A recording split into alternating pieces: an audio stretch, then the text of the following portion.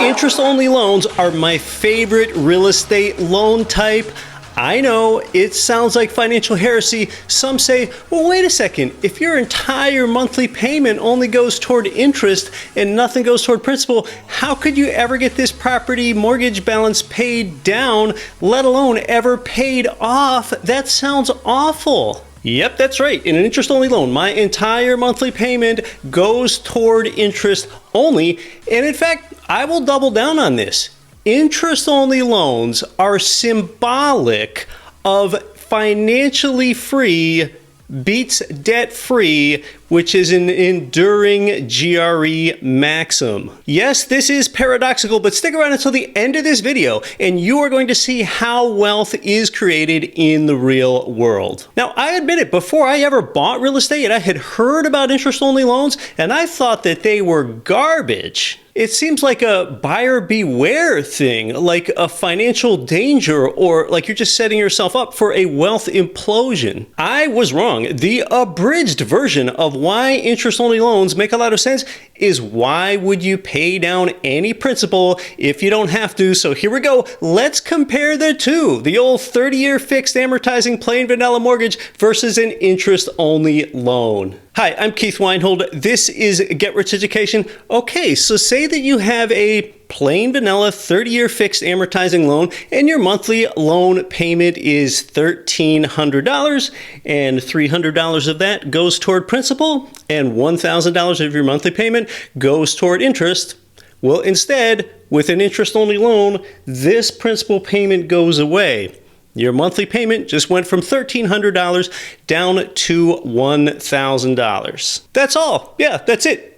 Did you think I was going to show you some more complex math? That's really just about all that's to it. All right, but what is the effect of this? The effect is that your cash flow, the money that you feel in your pocket every month, just increased $300. While the amount of equity that you're accumulating that gets trapped in the property just went down $300. It's a dollar for dollar trade. Every dollar that would have gone into equity goes into cash flow. Well, congratulations. That's the financial freedom formula. Financial freedom is achieved when you transfer enough of your equity into cash flow. You just achieved that. Now, if you would have trapped another $300 of equity every month into the property, well, we got to remember, especially in times of high inflation, inflation debases that equity. As I'm known for saying, building equity is even worse than that because, as any longtime follower can recite, home equity is unsafe, it is illiquid, and home equity's rate of return is always zero. If you're uninitiated on that, you can go ahead and watch my video on that here on why home equity has substantially less value than what one thinks. Also, what kind of return could you get on that additional $300 if you went ahead and invested it elsewhere? This is an extra $3,600 of annual cash flow. Not an awful lot of money, but this is a small example with just one small loan. I mean, could that open up time to do something priceless for you? Maybe now you can attend all of your daughter's softball games and even be the coach if that's important to you. Or maybe this is opening up time and opportunity and memories for you to go to Yosemite and Yellowstone Park this summer. You've got money, you've got liquidity. Or you could just simply set these funds aside and keep them liquid with this money that did not go into principal. If you're in real estate portfolio building mode, like a lot of you are, you could take this extra $3,600 and use that toward a down payment for your next property, which typically pays up to 5 ways at the same time. Are returns, time, liquidity, and opportunity more important to you than paying down the principal loan balance on the blue duplex at 987 Girard Street in Chattanooga, Tennessee? So just like making an extra principal payment, like an extra one on your current 30-year fixed amortizing loans, just like that doesn't make financial sense. Why pay it at all if you don't have to? In fact, a lot of people don't know this. Interest-only loans, they typically provide you with flexibility. See over here, with an interest-only loan, you could make a $300 principal payment or an even greater one if you wanted to, but you don't have to. You have the option with an interest-only loan. Now, if you're still concerned that your principal balance on this sample property isn't getting reduced, you need to remember that inflation passively debases away your principal balance anyway. So say you had a $300K principal balance, that gets debased. If we've got 10% inflation, that really only has the effect of having a $270K weight next year because you get to pay it back with cheaper dollars. So in inflationary times, your principal balance is getting debased anyway. Yeah, it gets debased passively without you having to get actively involved, because in these times of high inflation, and we typically have moderate or low inflation over time, inflation is nearly always an economic phenomenon here. We just have over time more and higher wages and higher salaries and higher prices in an economy. There's evidence of this all over the place. Walmart recently said that they are increasing their salaries for their truck drivers from $87K up to a range between $95K and $110K.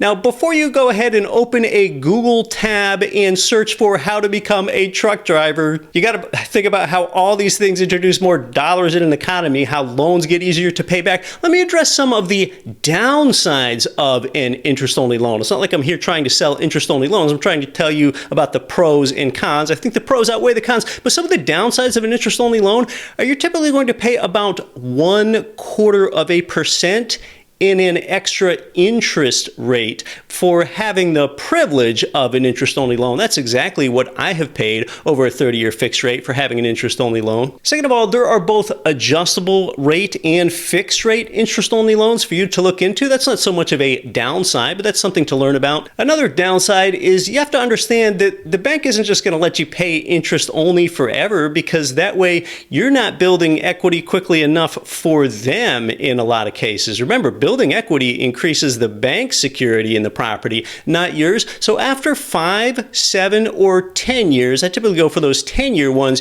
you are going to have to start making principal payments. And at that mark, that drastically increases the monthly payment that you need to make. Hey, go ahead and put a like on this if you like learning about something new, something that's expanding your mindset, expanding your investor vocab, and really just your understanding of the anatomy of wealth creation. I'd really appreciate the like. And hey, maybe I'll like interest-only loans after this. But see, after 7 to 10 years, it often makes sense for you to sell this income property anyway, because that time, almost all the time, historically, enough equity has accumulated in the property for you to trade up in a tax-deferred way to another property. In fact, it is exceedingly difficult and almost impossible to find any 10-year slice of time where real estate values on a nominal basis didn't increase substantially. That was even true if you look at either end of the global financial crisis. In fact, it's even difficult to find a 7-year slice where you didn't see real estate values appreciate substantially. So therefore, a refinance of that interest-only loan after 7 to 10 years is another common exit strategy once that loan has run its course. Now, although interest-only loans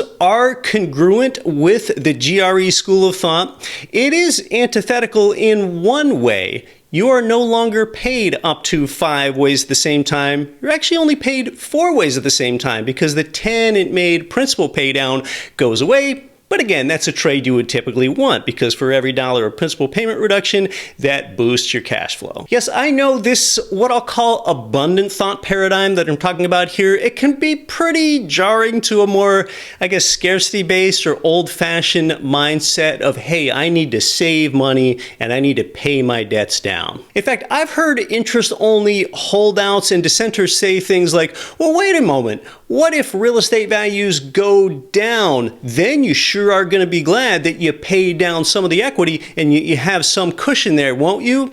The answer is no.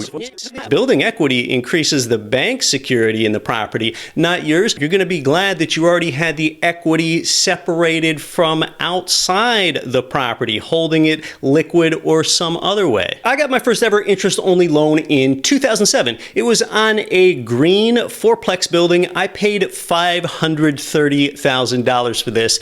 I've actually used this example in some other videos because it was so interesting at this time in my life to buy a 4 fourplex during the mortgage meltdown. That's what happened. The value of it didn't get dented as much as it did in some US markets, but the value of this fourplex went from $530K, which is what I had paid for it, down to $480K. That didn't feel good.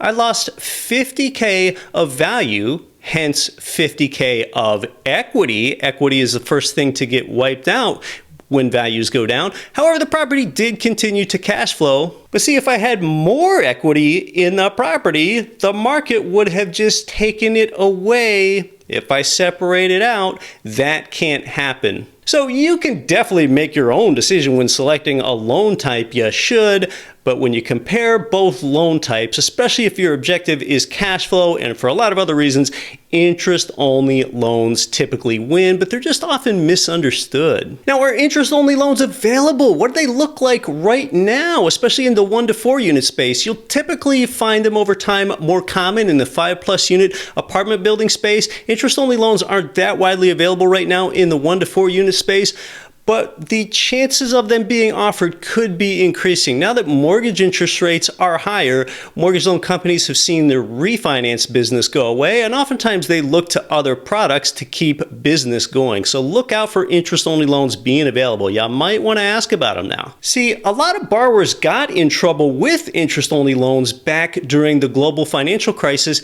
and that's why some banks are still pretty hesitant to offer them today. What happened back then, about 15 years ago, 20 years ago, is that a lot of people bought homes, speculated on properties with interest-only loans because an interest-only loan and their lower payment, that was the only way that they could afford a property. So when you look at interest-only loans versus amortizing, you kind of have to ask yourself, oh wait, is this the only way I could possibly afford the property? That's a question to ask yourself. So most interest-only loans right now are jumbo variable rate loans with those interest-only periods of 5, 7, or 10 years like I talked about before. Yeah, a jumbo loan is considered a non-conforming loan, and so are interest-only loans. Non-conforming loans usually are not eligible to be sold to the GSEs, the government-sponsored enterprises like Fannie Mae and Freddie Mac. They're the largest purchasers of conforming mortgages, and that's why those conforming type loans are so common today, like 30-year fixed. So let's take a look at how this works.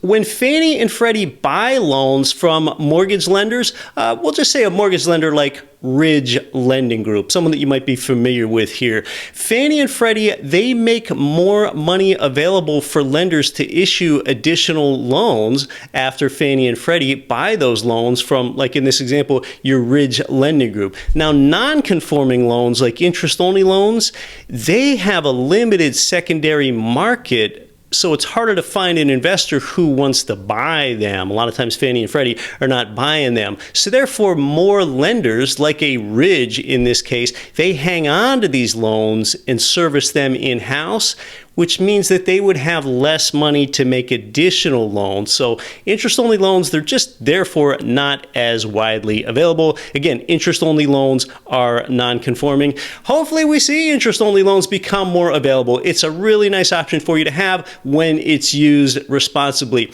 Well, hey, go ahead and put a comment on this video here. Did you learn anything? Tell me what you learned. Does it make you look at interest-onlys differently? Have you used interest-only loans before? Is it something that was profitable for you like it's been for me? Or did it get you in trouble during the global financial crisis in any way? Comment here and I'm going to do my best to respond personally. You'll know it was me replying because I'll put a -Keith after my reply to your comment. I want to know what you have to say. I'm Keith Weinhold. Thanks so much for stopping by. I'll see you in the next video.